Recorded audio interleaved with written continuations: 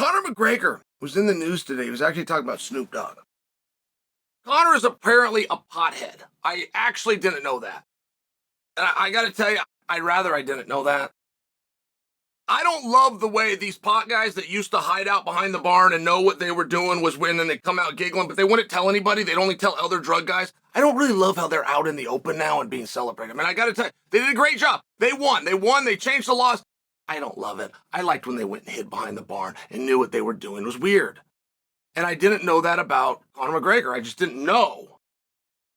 So Snoop Dogg says that he's going to quit smoking dope, which again is weird. It's a private thing. Quit. Don't do it. It's weird. The whole thing is weird. Conor came out and said it's actually really hard to quit smoking dope. So now we got a Conor topic, right?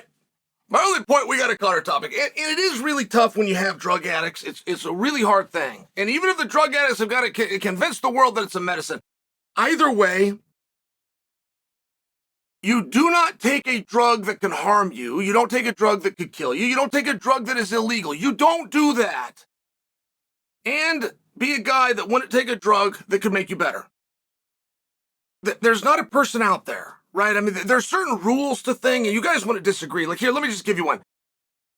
If you found out your kid was doing cocaine, there is zero part of you, zero, that would believe the kid or even take the time to ask the kid, have you drank alcohol before?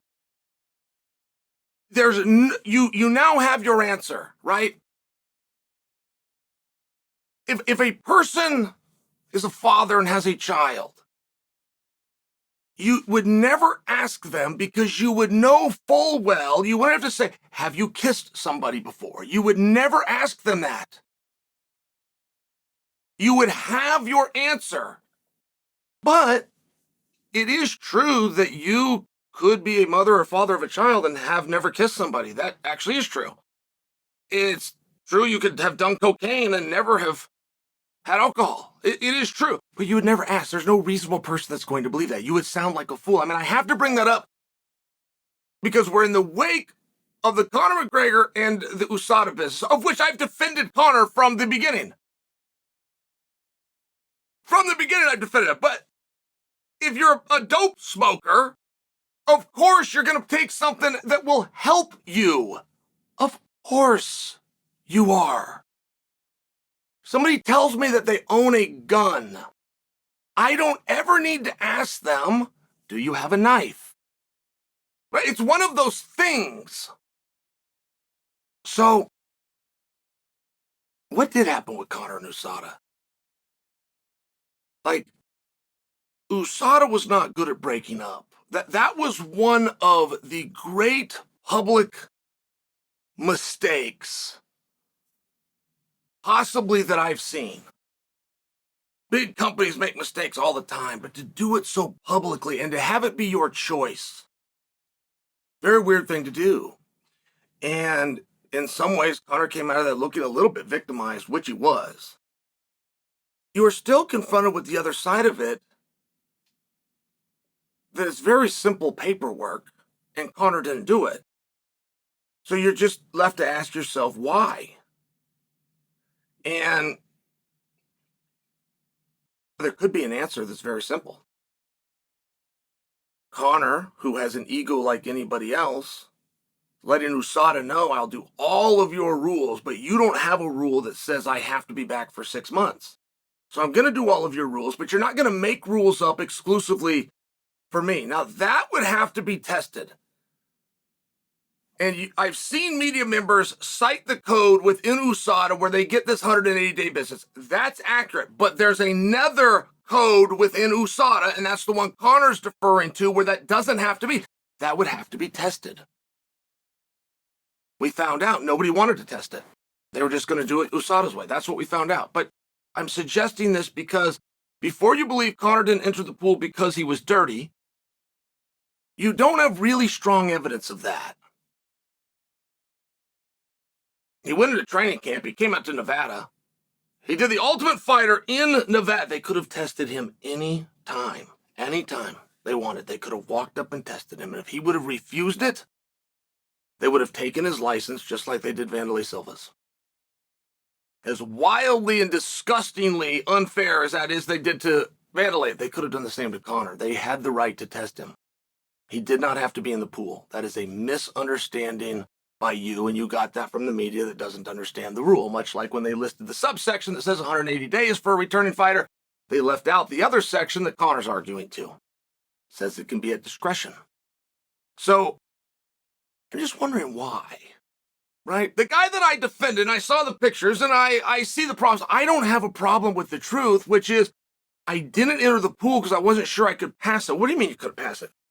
Well, I was working on my leg, and you got a cross-reference, and I kind of deferred that over to my management. Maybe feel free to speak to my legal team, but we wanted to make sure that we came in with clean hands. That's fair and responsible. There would be nothing about that. That might be hard to explain to the average person, but why would you care if you had to explain it if you're telling the world you're a drug addict like Snoop Dogg? Right? It's one of those things. I'm going to refuse a drug test, but I don't want to discuss that. I don't want anybody to think that I was on drugs. Hey, guys, guess what? I'm a drug addict like Snoop Dogg. I don't understand. I won't continue to defend. I can't continue now to tell you that he wasn't on drugs. I can't do that. He's now told the world he does drugs. Fine. The world will forgive him. You guys will forgive. I understand that I'm alone on this one. I fully do get that. It does seem like a question that somebody would follow up with, though. And you got the return of Conor McGregor coming. And that's another one of these things that's a bit of a mystery. He's going to come back. He's going to come back to MMA. He's going to come back to the UFC. He's going to come back against Michael Chandler. When is he going to come back? And there was talks of UFC 300. Those were allegedly dispelled by his own coach that said, so we won it as well, but now it's looking like summertime. Big show in the summertime called International Fight Week. So a lot of these things are adding up and making sense. And of the must-see fights for Conor McGregor, you get put in a little bit of a weird position. And if you're doing your must-see fights, you're going to throw Chandler in there. Now, we must see that because it's the right thing to do to Chandler. And you're going to throw Nate Diaz in there because that is a massive fight in their Oda trilogy. And when you start looking around at these must-haves, these things we got to have for Conor McGregor, you don't find any of them at 155 pounds. And that's okay, too. But the field and the pool that would call out Conor and understand that he's fair game to be called out could use the information that we're no longer going at 155 pounds. And that's just something that hasn't been established. To fight about it the 6 months and the debate and USADA, now USADA's got it's one of those things that we're just talking about talking. That's okay. That's good for headlines. I'll bring you in with that and then I'll get my message to you somewhere out the back door, right? It's a quick little marketing trick that everybody does. But on the Conor situation, where you are trying to worry about dates and you are trying to wonder, you're trying to have something to look forward to, or even if you're Mike or Chandler and you've been spinning your wheels, man, you've cost yourself a small fortune in fights that you've skipped 3 fights, timeline-wise, for a healthy and able and training and in shape and motivated Michael Chandler. 3 fights. It's a lot. It's going to be 4, and ultimately when he gets in with Conor, if it doesn't get pushed to summer, that'll equal 5. That'll be the time frame of 5 fights all rolling into one. And it's one of these situations where, okay, we've got to get this out of the way. We just do. Just to clean the books, we got to do this. They're not fighting about anything. There was a rivalry and there's an Ultimate Fighter. There's now not a rivalry and there's not an Ultimate Fighter. But we said we'd do it and we just got to do it. There's not a title. There's not a ranking. There's not a contendership. We just got to do it. We got to do it and get it so we can get on to the things we want to get on to. And we can't do any of those until we have a weight class. So for any of you that keep wondering about the Conor and Chandler news, and any of you that keep pursuing it and chasing it and asking me to pursue it and chase it, do not ask a question of anybody until you get one question answered up front and first. And it's the first ingredient to every fight that's ever been made. Boxing gets included. What weight class are we doing this at?